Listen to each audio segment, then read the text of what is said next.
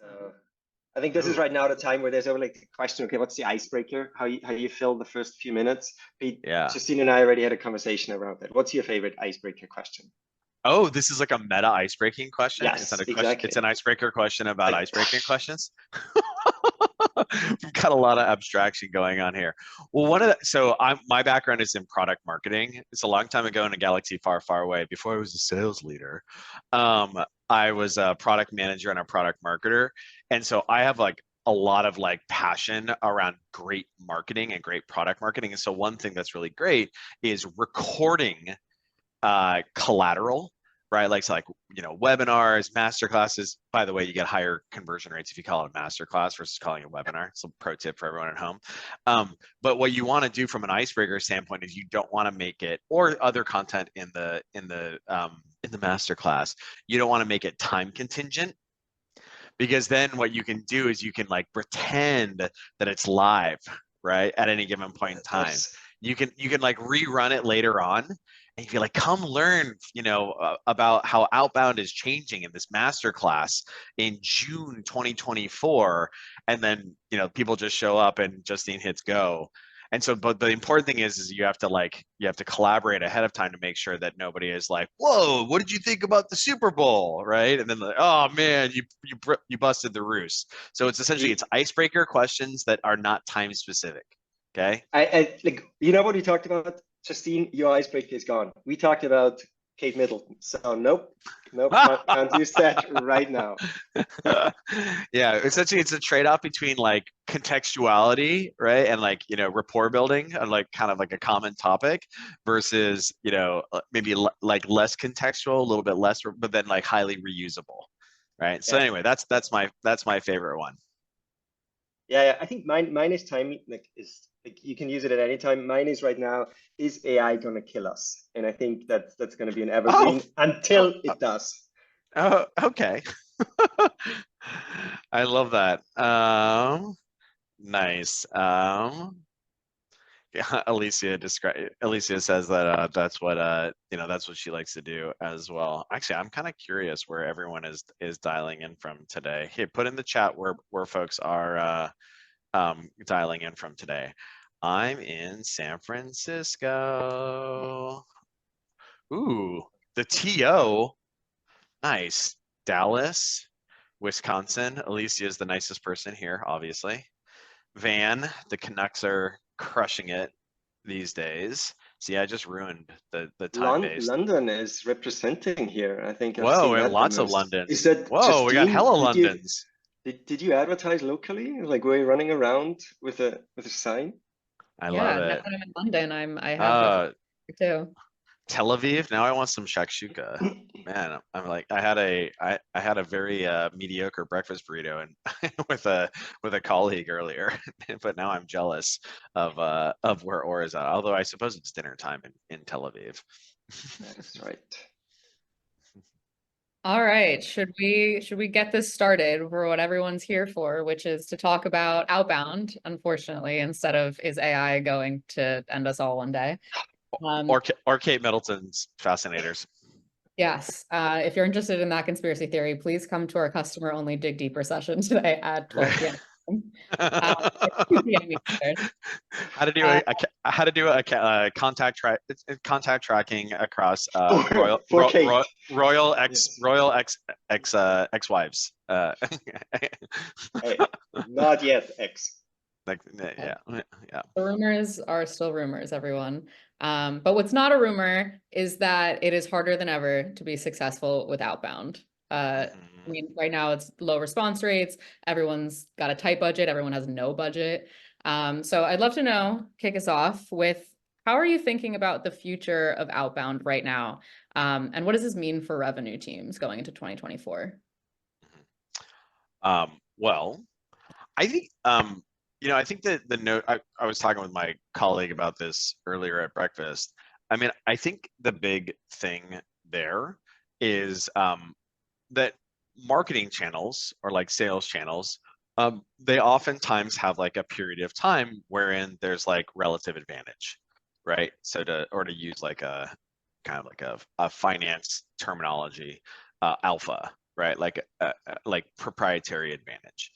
And, you know, for the last like few years, maybe not the last few years, in the last decade, when sales engagement came around, and like all of a sudden everybody in an organization could send like 200, 300, 400 outbound emails a day for the, like, during the first part of the technology adoption lifecycle there, for like early, like, you know, pioneers and early adopters and so on, and early majority, that actually had a lot of alpha in it. And then unfortunately that, like, those kind of like that channel was a victim of its own success. And so what previously was like a superpower, now like everybody's inbox is overflowing with like less targeted, kind of less contextual stuff. So you have to think about like what the next source of advantage would be. And there's a variety of different ways that you can do that. Obviously intent is a big thing, right? And I think that that's something that's like in a deployment phase right now, whether that's coming from like Bombora or 6 Sense or like G2 or whatever.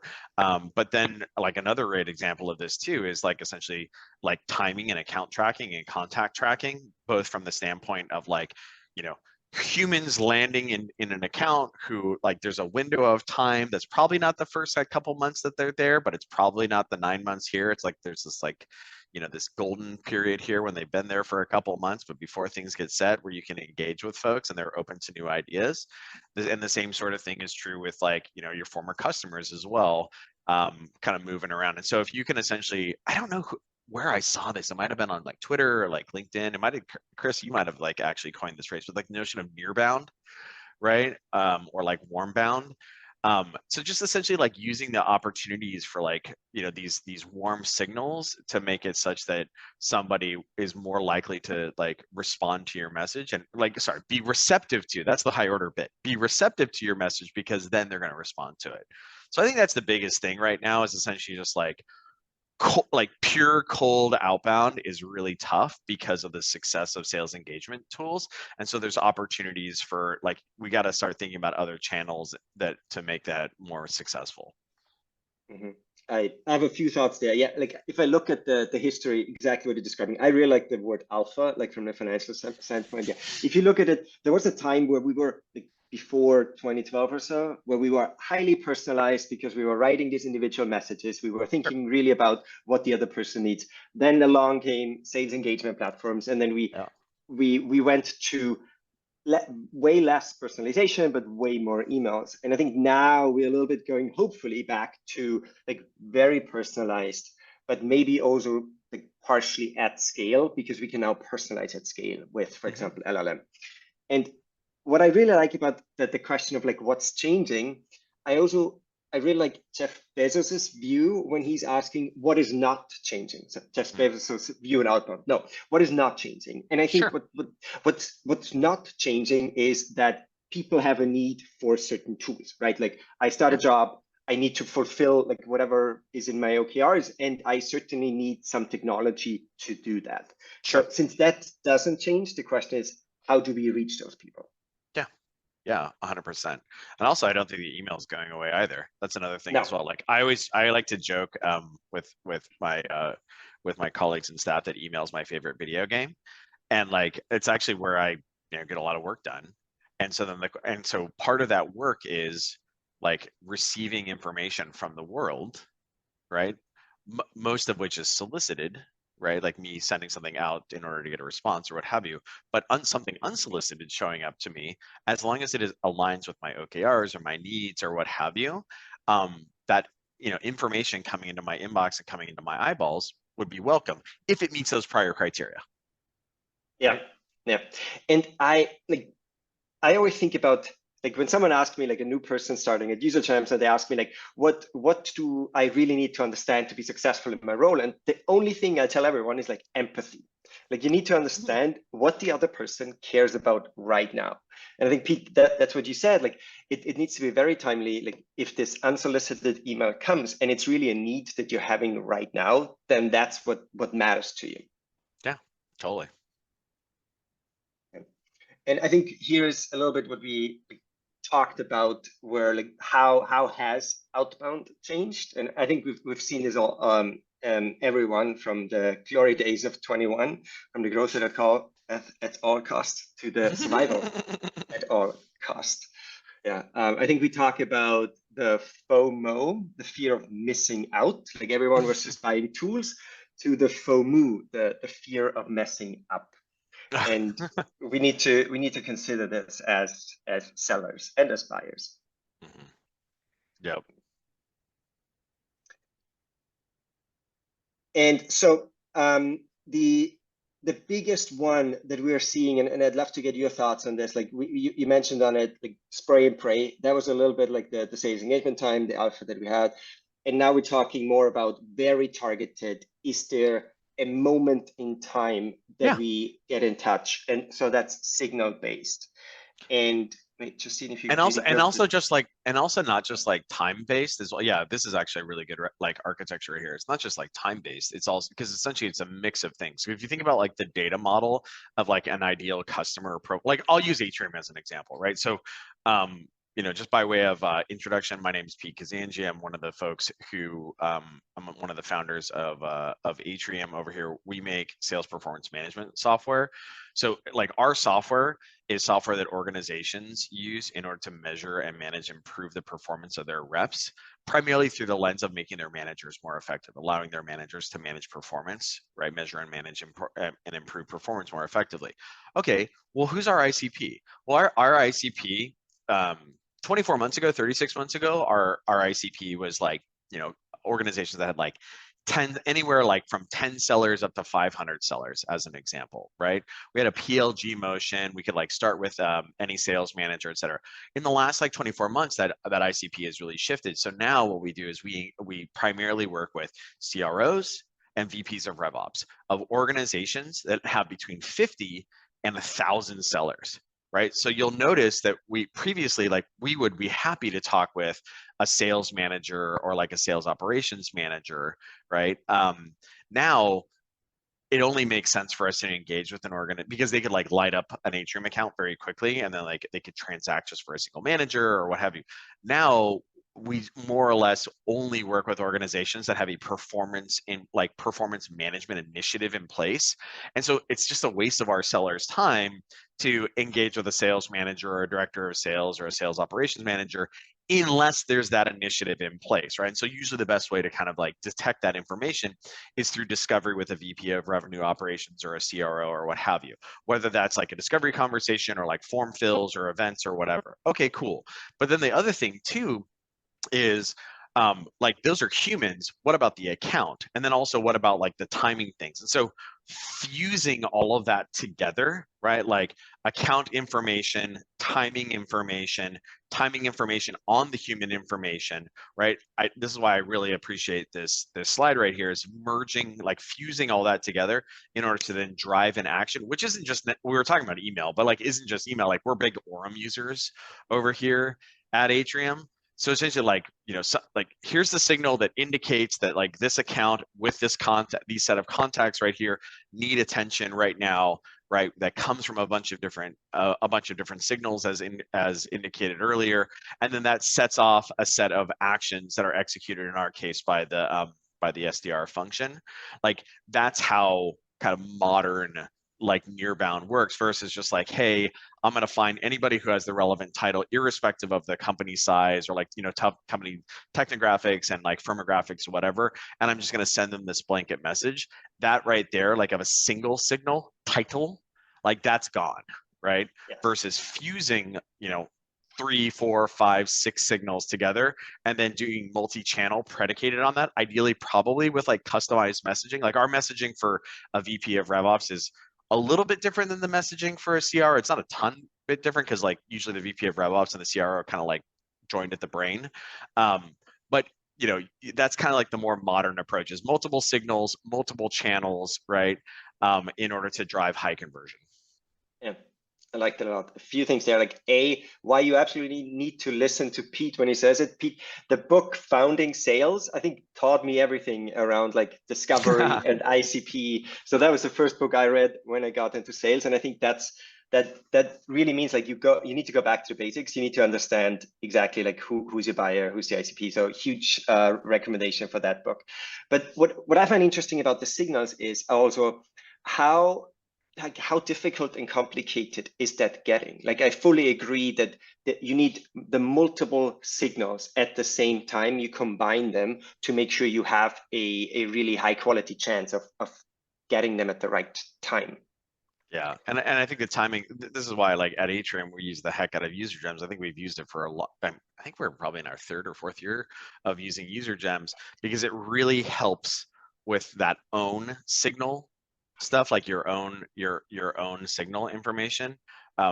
Largely because like a big thing for us is like we've been around long enough where we have a bunch of customers, and we have like, you know, not only do we have a bunch of customers, we have a bunch like all customers are not created equal. And like in our case, the users of Atrium are the sales manager, the sales operations person, the CRO, the VP of sales. Reps will also use it, but it's not something that like our customer success organization instruments very heavily. And so we use some software called Census in order to put usage data onto the contact objects in Salesforce that allows us to differentiate between the different, you know, the relative levels of success that various users have had. But for the most part, all of our users are people that we could probably initiate a new conversation with, right? Like a sales manager or director. Like they're not going to be the decision maker, but if they land in a new organization, we could potentially catalyze a conversation with them if they had previously had substantial success with Atrium. And so like that's a great example. Like once you get to a point where you have, in our case, like, you know, we have hundreds and hundreds and hundreds of customers, which means thousands and thousands and thousands of sales managers, sales operations managers, directors of sales, CROs, et cetera. Those people are all like moving around like crazy, like, I don't know, average tenure is like 24 months or whatever. With like a smaller set of customers that may be less the case, you may be more targeted as like when people land in a new target account, even if you don't have a relationship. In our case, if you're not leveraging that existing kind of like, you know, success proof points, you're kind of like, it's like you're reselling the hardest possible sale, which is like a cold arm's length new business transaction is like the hardest possible sale, right? Obviously a renewal is the easiest sale, and then you kind of have something that's like in between, which is a customer or a user who was like wildly successful with you previously, who then lands in a new ICP account. It's not a renewal, right? But it's not an arm's length new business transaction, right? It's kind of in the middle. And if you're not like dealing with that, like you're kind of missing out on all this like customer success effort that went into making them successful, not to mention all the marketing, like customer acquisition costs over here to like get them on board as the first customer. You're really like not, you're kind of like not using every part of the buffalo, if you will. Yeah, I I really like the thought of like we went from customer lifetime value, which totally makes sense, like that through the renewal, to something like a champion lifetime value. Like yeah, I have contact, people contact lifetime value. Yeah, that's right. Yes, that's right. And that also tells me actually how much love a product gets. And like I look through the history of a person changing a few times and then buying the product again and again. That tells me that my effort in this very first company where I started to use really was valuable and brought me a lot of new revenue. Yeah, and then you start seeing it in other. I was just remarking on this the other day because like we're like usage obsessed over here, largely because like the project that we work on here at Atrium is helping like less technical, less analytical line sales managers be able to manage by metric, right? Like if you think about where sales managers and sales leaders come from, you know, they come from sellers, right, who are amazing communicators and, you know, amazing empaths and what have you. And, you know, they spike less on like an analytics on the analytics vector, right? This is why like we joke about like no dashboards. And so what ends up happening though is like when people go up that learning curve, or in our case, we've layered a bunch of AI, large language model AI on top of our analytics stack in order to turn this into words that helps those managers like very easily understand like, hey, Bobby has an activity issue for these reasons right here. You should engage with them along these, like, here, let's write them an email here together. But like you start seeing these users jump between companies. Like we have this one user who was like, he was a sales leader at SalesLoft, then he went to Stack Overflow, and then he went to Flock, and I was just looking at his usage the other day, and he's like 30 days active in the trailing 30 days. And I'm like, that's an awesome user right there. Right. And like, it's amazing. And he's a great guy too, but like, it's amazing to see. And so when that person lands into a new organization that isn't a customer yet, that's going to be an amazing person to like start that conversation with. Or if they go from an existing customer to another existing customer, well, like if your model supports that, then like you want to go ahead and license them as quickly as possible too, right? And so like that's a really important thing to do as well. And that's another behavior that we do is like we track champions that are like land in net new accounts, and then we also track champions and like usage champions, I guess is the phrase that I'm trying to use here. Usage champions who like drop into, who essentially trade, right? They trade to another account, and like we're at the point because we have hundreds of, we don't have thousands of customers, we have hundreds of customers. So like that latter case isn't like super consistent, right? But when it happens, it's really great, right? Especially if somebody lands into an account that's like maybe not as healthy as you would like, and someone who's like a really healthy user like lands into like an account that's like semi-healthy, then you're like, all right, we can like breathe new life into this account. Absolutely. I've also seen, like Justine, we're showing here like the few cases. I've also heard specifically this customer to customer transition really, really good in enterprise sales motions where I want to get different departments. So Sure. we've seen this being a huge value driver for like account management. Yeah, I think the thing, yeah, if I were to like list out the things that are really impactful, so if you have a large number of customers, it doesn't have to be like large, because like on a relative basis, they will be like the number of customers, generally speaking, the number of customers you have will probably be of a certain ratio to your number of new business sellers. So like that use case of tracking people who are prior successful users and like land in another organization, even if it's not like usage based, like we do some pretty clever stuff where, we probably have some RevOps nerds in the audience here, of which I am one.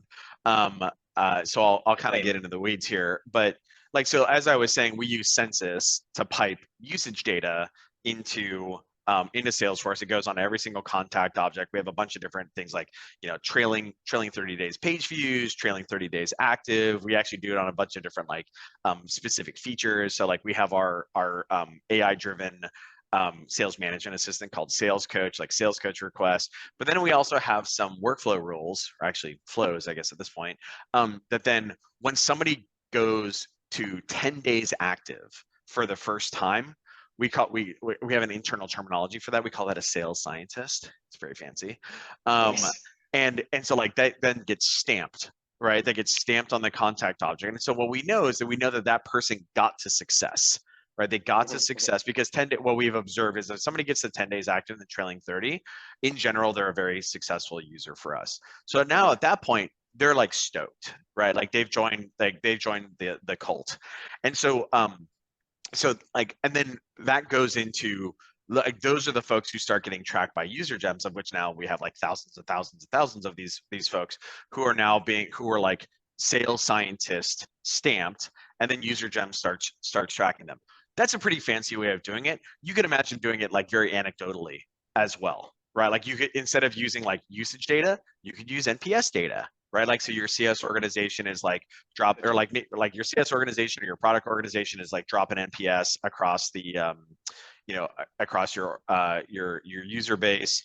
And then like if somebody, is a promoter, gives you a 9, gives you a 10, that goes onto the contact object, right? Or it could just be like, it could be like really anecdotal, where like the CSMs, like maybe once a quarter, you just run through and you're like, all right, this person's a champ, this person's a champ, this person's a detractor, this person's a detractor, whatever it is. Now you've got like signal on that person, and then you can kind of track them around. So like that's a really important kind of use case there. And then I would say that the like net new contact, or like, sorry, arm's length contact that you don't have an existing relationship with, landing into like target accounts. That's actually another thing that we're starting to get better at, where, historically our TAM, or at least it was tens and tens of thousands of organizations that had between like 10 and 1,000 sellers, right? And so what we've done is we've really focused in now on like those 50, excuse me, it was 10 to 500. And then now we focus in on like the 50 to 1,000. It's actually a lot smaller. It's like around 10,000. It's not tens and tens of thousands. It's like around 10,000. It's like 5 to 10,000. And so then it's like so now our SDR function is much more highly focused on the accounts that we know are going to be wildly successful with, which also drives a bunch of other kind of positive things as well. Like we have, I think, like a half dozen Vista Equity customers, kind of same with Marlin Equity, Insight Partners, et cetera, et cetera.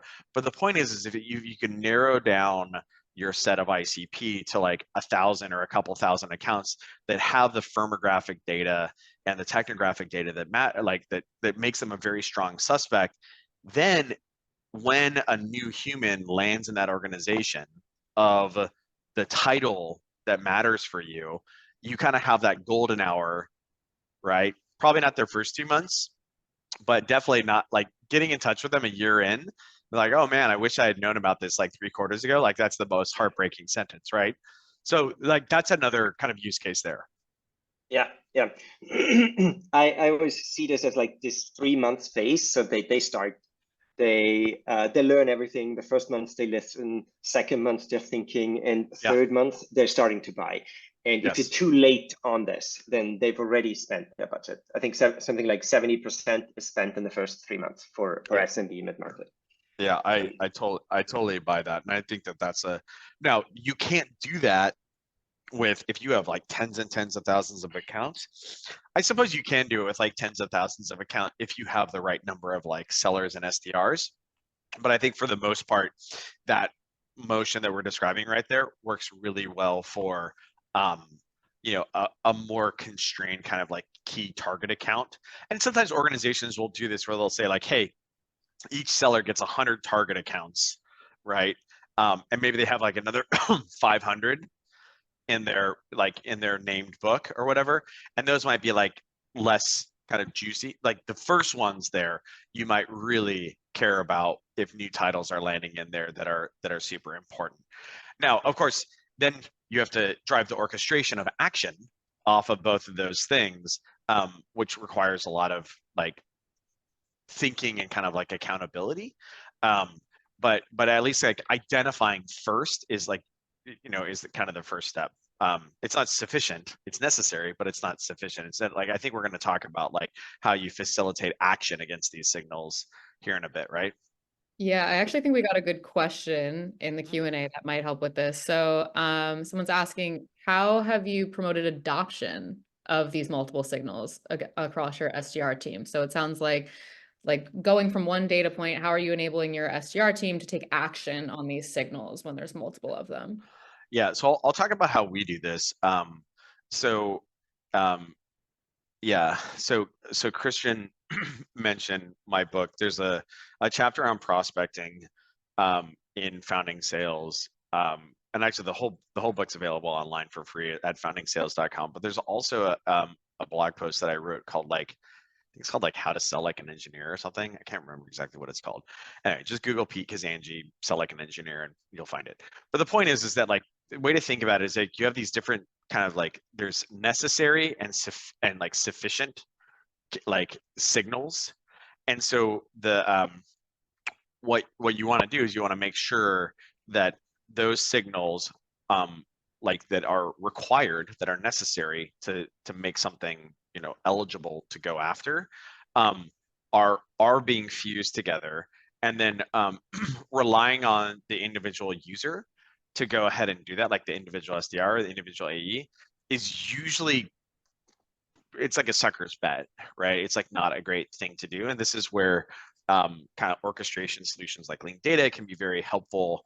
But like I'll kind of speak to the way that we do this. So like we run a full CRM strategy, right? We have like tens and tens of thousands of accounts in our CRM. We also have and then and accounts don't change all that terribly much. Now, the number of humans in them. So like as an example, we use as a signal of account eligibility, size of sales organization. So we actually have like an offshore function that loops across those accounts. I don't think we do it quarterly. I think we do it every 6 months. Like quarterly would be better, but like 6 months is like okay. To like essentially refresh that, like refresh the kind of the date, like the most important data signal there, which for us is like, do they use Salesforce? Do they have greater than 50 sellers in the organization? If that's the case, that organization has the pain point that Atrium solves. They will eventually be a customer, right? Like we need to have have an ongoing, either an open opportunity with them right now, or start them on a series of multiple open and closed, open and closed, open and closed one, journey, right? So that's the first thing. But then you would say, okay, well, what about the contacts within there, right? And so that's where I think that's just very difficult for a human to track. And so what we do is, in the case where a UserGem signals fires off, it inserts the contact object into the CRM, or it updates it updates that.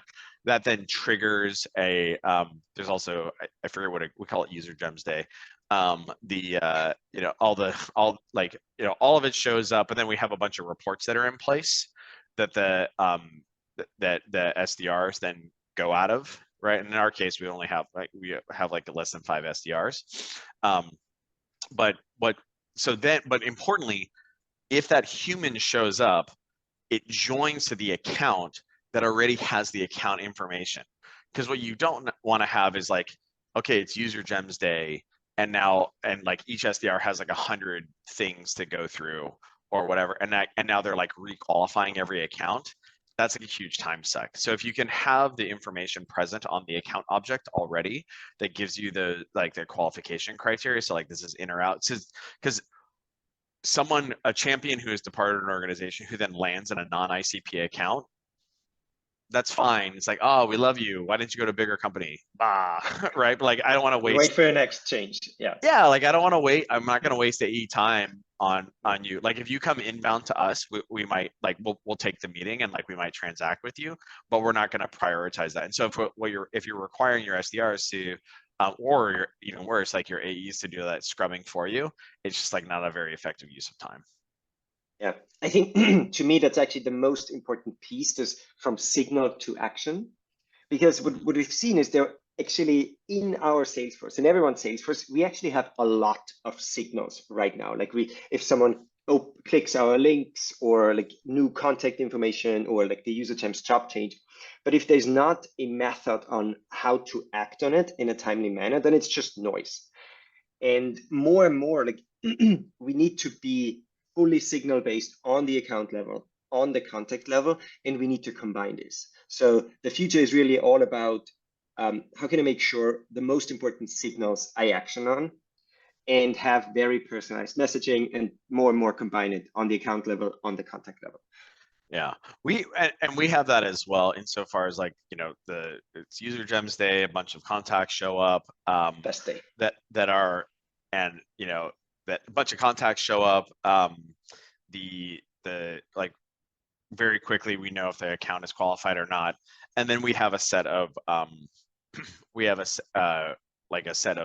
outreach plays. So we use Outreach as our sales engagement software. We run a bottle of champagne play. We're like, hey, congratulations, like we'd love to send you a bottle of champagne. In our case, like that's doable, again, because remember, our users who are like jumping between places are like sales managers, directors of sales, directors of RevOps, CROs, et cetera, et cetera. And then like, our our current ASP is like, in the $30,000, $50,000 range. So it's totally worth it, right? And so what you'll do is like, you'll get their attention. You have the right to be in their inbox, because they're like, oh, the Atrium folks, I had a great success with them last time. Yes, we know. That's because you were, a sales scientist and had great usage, which is why we had UserGems track you, which is why we're in your inbox right now. Cool. I already have affinity for this thing. Oh, wonderful. They're offering me a bottle of champagne. No strings attached. Wonderful. Yeah, here's my contact. Like, here's my office address, et cetera, et cetera. Oh, great. Let's go ahead and catch up on da da da da, and like, you know, maybe you have a 50% conversion rate on that, where it's like, hey, like now's not the right time. Wonderful, let's put time on the calendar in. Okay, cool. Let's just put a speculative invite on the calendar a month out. Okay, great. Versus like, oh yeah, I had been, the best thing, of course, is always like, I had been meaning to get in touch. You actually get that a lot. Oh Yes. yeah, I was going to be in touch. Wonderful. Well, here we are. Time We're in goes by touch. very quickly without that, then yes. Yeah, like here So we are. We are in touch. Oh, I'm so glad. I'm so glad that you got in touch before my other 8 vendors from my last company. Now you are at the front of the line. that's awesome. There are a few things that I like. The way I think about it is also like your goal now is to, obviously that's always the goal, but turn people into these sales scientists, right? And actually, this also means, is there a way where maybe I'm giving away free seats? Like if I'm seat based, could it be that I'm actually limiting the success of like tracking them once they change? If I don't have that many seats at an organization because I charge for them. So I always find it interesting that like ultimately you want to create users that love the product, and it Yes. starts with like a successful UserGems motion starts with the product management team, because they need to think about how can as many users as possible turn into lovers of the product. I mean, in general, that like, yes, that's a high, ideally that's the higher order bit for a lot of things, right? Because like, if you don't have a product that customers love, then you're probably going to have a net revenue retention problem anyway. So and UserGems doesn't work. Yes, yeah, exactly. yeah, exactly. Not only does UserGems not work, your business doesn't work. If it turns out that like, you know, people buy your ice cream and then it turns out that it tastes like you know, buttered popcorn, you know, Jelly Bellies, the worst possible ones, and then they cease to buy your ice cream anymore, well, you just churned their customer, right? So like maybe what we should do is focus on, and I think that's like in general, outbound, right, will also be bad if you have a product that doesn't fit the market. Like you can have a successful, you can sell a bunch of software, right, with like magical slides and magical words and charismatic salespeople, but if they ultimately do not get to success, right, then those folks will churn. Yes. And so what you have, and from an economic standpoint, generally speaking, you're not repaying your like you don't get profitable on a customer in the first year. Sometimes you might, you know, depending on like the intent, like the revenue intensity of your product, or how easy your go-to-market is. But you certainly need a few years. yeah, year 2, year 3, year 4. And so I think the interesting thing here is, this is where it all kind of, I mean, like I'm a big fan of Jocko van der Kooij's, you know, revenue bow tie versus the funnel, which is, you know, what does Jocko say? Recurring revenue comes from recurring impact, right? Recurring value. And so if you go all the way to the beginning, right, and somehow you're not having recurring impact, and ideally you should find this before you're actually even transacting, right? Like in the beta stage or the earliest stage, like you shouldn't scale up your go-to-market if you don't have recurring impact, because guess what? Like those people won't renew. And not only will they not renew, Jason Lemkin talks about this a bunch, about like mini brand, right? When you start getting a small brand within your set of early kind of customers or like early users, you won't build your mini brand because people will be like, yeah, I use that, you know, I bought that Pete Kazanjy ice cream, but boy, it tastes like buttered popcorn Jelly Bellies, and that's awful, right? I wouldn't I'm not buying it anymore, and I wouldn't recommend it to you. So you don't want to be in that situation where when you go and prospect to your former users and they're like, oh, Christian, I love you, you have a great accent, it's you're so smart, but you know what, yeah, exactly. But we're not here for like, sorry, like, oh, we're already good. Oh yeah, we already have this other vendor, et cetera, right? You don't want that, right? Yeah, it's also dark social. I think you're hearing a lot about this and how how you're like, perceived in the communities. I mean, you need to know all about that. Mm-hmm. How have you seen that like playing a factor now or in the future? Yeah, I think that that in general, so like, you know, I'm also one of the founders of Modern Sales Pros, the nation's largest sales operations and sales leadership community. And people talk about this, like I was just having breakfast earlier with a gentleman who runs sales operations at this 40-person sales organization, and we were talking about different vendors that he should be paying attention to, because he went and was like a CFO for a couple of years, and now he's coming back to be a VP of RevOps, and he's like, hey, you know, catch me up, etc. So, you know, those conversations are happening more and more at scale, whether that's in like, you know, a forum like a Google Groups forum like Modern Sales Pros, or, you know, people wasting time on LinkedIn instead of like doing their jobs. Wherever it is, like people are going to be talking about your customer, sorry, like your solution. So the key thing there is to make sure that they're saying good things, which of course derives from the product being good, the product fitting the market, because then good things will happen there, right? And yeah, it's funny, like UserGems success, or kind of like, you know, champion tracking success, is another kind of like symptom, like positive symptom of, you know, good product market fit, the same way that like good dark social and good like mini brand are also symptoms of, you know, good product market fit, and then also like good success motion, right? So like in our case, one of the things that we learned over the last 24 months was really going deep on the implementation with organizations. And this actually really mattered for larger organizations, because they would have like fussy things that they had done in their CRM, where like, you know, they had certain fields that they had like modified, or they had like deprecated a kind of a standard field, and they added another custom field, and so just making sure that like you go really deep during that implementation period in order to get everything humming, and then you're kind of like off to the races. That's another thing that's really important, because like doing that will make it such that you have happy users, such that when those happy users go off to other customers, right, or other accounts, when you engage with them, you know, via UserGem signal, and then offer them a bottle of champagne, they'll be like, hey, that's right, I loved this thing, right? Yeah.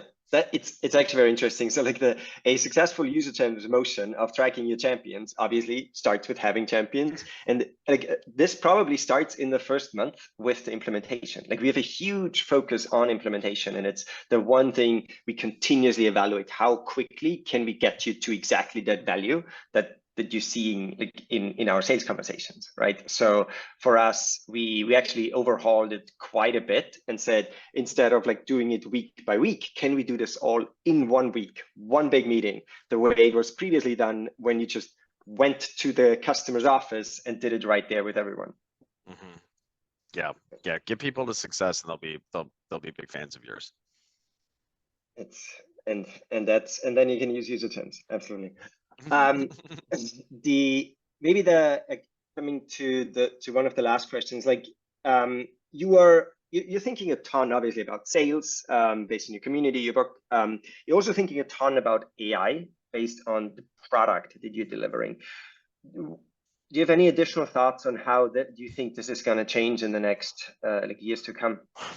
Yeah, I mean, I think that in general, large language model AI is very useful for, I need to write something on this, but essentially, like, it's good for synthesis, it's good for recommendation, and it's good for generation. The funny thing is that like the term generative AI, I think for a lot of people is like a little bit misleading, because they think about it as like generating content, which it does, but I think like kind of one kind of subcategory of that is like the synthesis of multiple signals together. So like I'll use Atrium as an example. You know, so Atrium, you know, you set up Atrium, you connect it to your CRM, your email and calendar system, and it populates, you know, 100 plus metrics that matter for sellers, you know, AEs, SDRs, et cetera, et cetera. Okay, cool. So now we have a bunch of like metrics that we have to pay attention to. Who's going to pay attention to those? Well, we actually had, you know, we had some a pretty good statistical anomaly detection system in place. It was like pre-AI, right? It's just statistics, right? Like, hey, this rep has way more stuck ops than all of his peers. This rep has, you know, fewer customer-facing meetings than he normally has right now. So it's just statistics. And even those were kind of like signals that would indicate something about what's going on with the rep, but somebody had to interpret those signals, right? Somebody had to reason against those. And so synthesizing those signals is something that large language models are really good at. And that's something like, our quote unquote sales coach functionality does that, where it turns these signals into narrative stories to say, hey, Christian, this rep right here is really crushing it. His ASP is a lot higher than his peers. It looks like it's related to the fact that he's multi-threading dramatically more than his peers. That's awesome. Give him a high five. Tell everybody to copy him. This other rep over here has a major pipeline hygiene issue.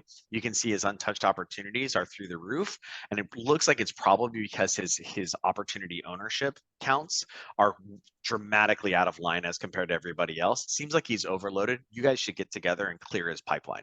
Those are examples of like synthesis and then a recommendation, right? Like you guys should get together and clear his pipeline. And then we have another functionality that'll essentially just like write the management content for you. So you can say so the manager can send something directly to the rep. Also, the software just coaches the rep directly to like, hey buddy, ooh, those untouched ops, yikes. Anyway, so like the way to kind of think about this, like using that paradigm of synthesis, recommendation, and then kind of actual creation, you can kind of apply that to all things. So as an example, we're sitting here in front of like all these signals right here on the slide. You can imagine what a synthesized version of that might look like, right? And because sometimes like different plays have different, different plays have different signals, right? So as an example, like a VP of, like use us, a VP of RevOps who joins a private equity backed startup, scaled sales organization with 200 sellers, right? That's a different state of the world versus a CRO landing at like a 40-person sales organization, right? Kind of different. That is like Series C backed or something like that. They're both ICP for Atrium. The messaging is different. This person probably cares a little bit about different things than this person right here. And so relying on the individual seller or the SDR to do that synthesis and then kind of like pull the right recipe off the shelf, if you will, like, where it's housed in Outreach or Apollo or SalesLoft or whatever, that can be an area where there's like shortfalls. So if you can essentially compress that, right, instead, and just like do that, I think that's kind of like where we're going to see better synthesis of that signal-based kind of like trigger, and then of course like the generation of the content as well.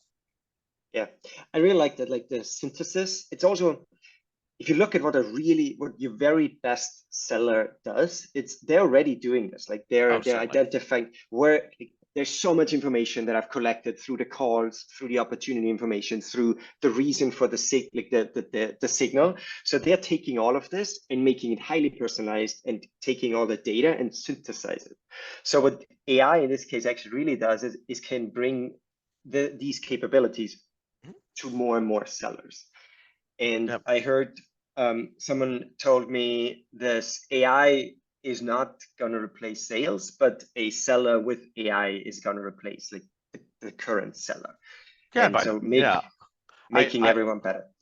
Yeah, I mean, I buy that. I think that's in general what you've seen is, new technology comes into the stack, and like ultimately what it does is it makes it such that an individual seller can sell $50,000 of more, ACV a year, right?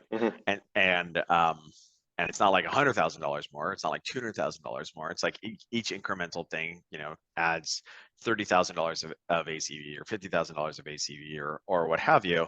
And then this is just how you end up with like very highly levered sellers who have 15 customer facing meetings a week with highly targeted accounts, and they spend just a couple of minutes sending proposals out because a lot of that is automated via, I don't know, like PandaDoc and DocuSign and so on and so forth. The fusion of these signals and then like the proactive authorship of that'll just like reduce down more kind of like administrative time kind of between those customer facing meetings, and the adoption of that will raise ACVs per seller by another $20,000 or another $30,000 as compared to the $500 or $1,000 that you're incrementally spending on on a per seller basis. Yeah, but to me, this is a much better conversation than I think the question everyone puts out immediately, which is AI going to replace sales? And certainly not. But I think that means for every one of us to think about how are we utilizing AI to make us a little bit better, because ultimately that's what our competition is doing, or that's what other people in the industry are doing. Yeah, definitely. Perfect. We're coming to the end here, so maybe if there's one more question from the audience. Otherwise, I have one more for you, Pete. Fire away, Christian. In terms of just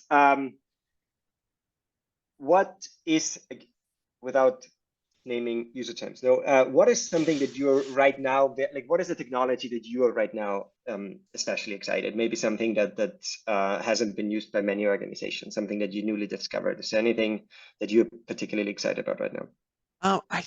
I honestly think it's essentially just like the layering of things together, or the joining of things together. So like it's like a 1 + 1 = 3 situation. So our SDR organization are really effective.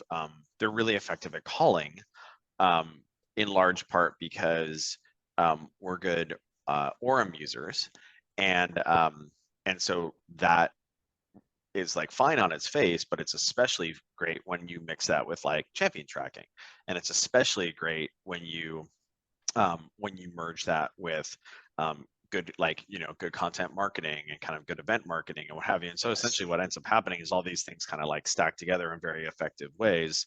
So I would say that, and I think the other thing that like I'm particularly excited about it as relates to the kind of AI stuff we were talking about is really just kind of seeing how large language model AI can help people who previously struggled at a specific task really kind of like jump past it. So like in the case of Atrium, historically what that was is that was like sales managers or sales leaders who are like less metrically adept or less analytically adept, like and so you had this situation where like sales operations would create like lots of dashboards and reports and and like they would understand them, and they'd be like happier than a pig in slop, and then sales managers would be like, what is this, right? And which is frustrating, right? And then they would go back to just like managing by deals. And so what has happened, like at least with us, is like being able to turn that into words and images that then they can understand and take action on, has made it such that instead of like 20 or 30% of the sales managers within an organization being able to like manage by metric, now like 80 or 90% of folks can manage by metric. And the same is true as relates to like, okay, previously somebody could like, weave together the story of an account based on all these different signals in their brain and then say, okay, this is the play I'm going to do to go outbound on them, helping to facilitate that. And then moreover, what it does is it trains the user. They're like, oh, got it. I see why. Like, oh, got it. This rep right here is checked out because his untouched ops situation is really bad and his activity is way down. Got it. That's the telltale signs of a rep that's checked out. Thank you, AI, for showing me that, but then also teaching me that those are the signals that go together there. The same is kind of true for all the other things, where essentially you have the AI teaching the person and making them faster and better. And like we've seen that a lot with our customers. I've seen it a lot with our staff internally, where people like learn faster and they're like, oh, okay, cool. Like that's a really good recommendation there around messaging. I'm actually going to change that here a little bit. And then the next time I'm just going to be able to like rip that out myself, without actually even needing the recommendation. I liked it a lot. I think you have a very AI positive outlook in how it makes us better and translates it into like the medium we like to consume information. So coming back to the very first question, you don't think AI is going to destroy us? All right. No. That's what I'm hearing out of here. No. All right. Maybe Kate Middleton, but not us. Right. Bring it all back, all together. Awesome. Pete, thank you so much for joining us today. Really awesome. So much experience in everything that matters in terms of sales. So thank you so much for being here. Cool. Thanks, guys. Have a good rest of your day. Okay. Bye.